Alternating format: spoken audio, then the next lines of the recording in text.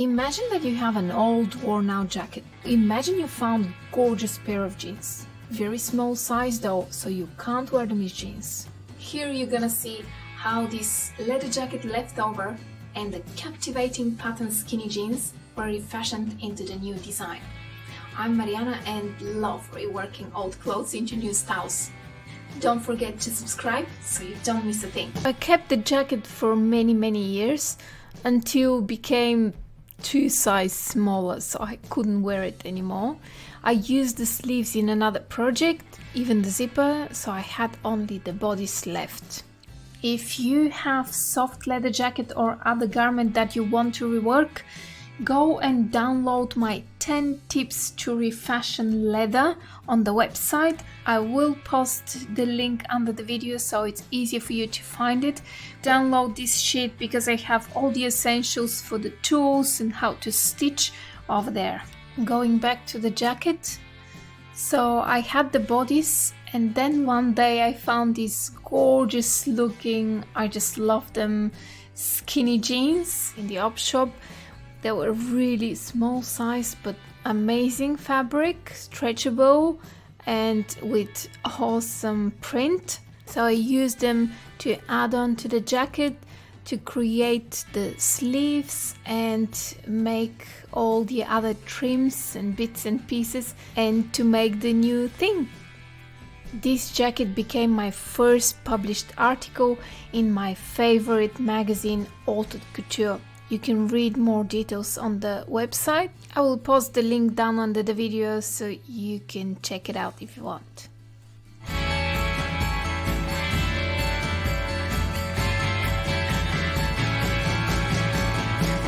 Usually when you're enlarging a size, you need to take the measurements, see how much you need to add, and then distribute that evenly to every pattern piece.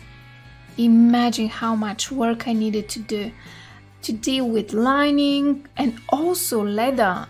Once it's poked, the hole stays forever. So that's why I definitely don't recommend to undo and then stitch leather again. So instead of that, I decided to add a front panel from another jacket I use for different projects. So I cut that and attached the panel to one of the center front seams which were already open from removing the zipper.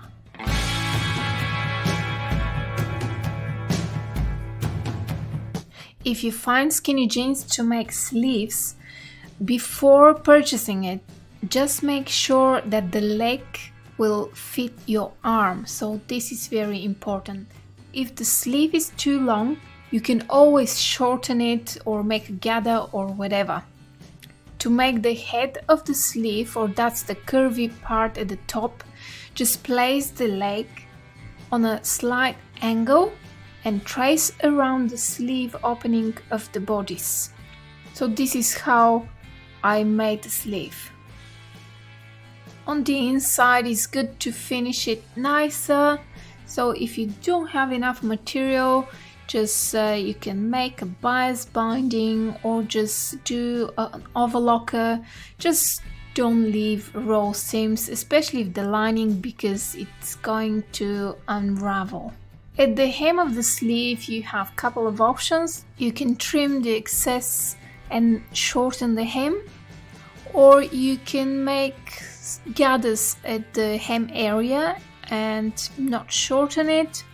In my case, I decided to add straps from the leather and I attached at the end snaps, so it snaps on one of the sides and creates small gather on the wrist.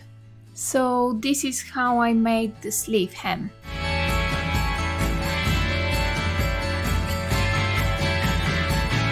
First things first, I needed to cover very worn out areas at the front along the zipper. That's why I've made the bias binding from the jeans and covered the front. On the inside, it wasn't so important and I didn't want to add more bulk, and that's why I left it uncovered, so it's hidden when the jacket is closed. But I also needed to close the jacket, so I didn't have any buttons, and that's why I used self-covered buttons. It doesn't matter what brand or if they're plastic or metal, they just need to be the size of the buttonholes.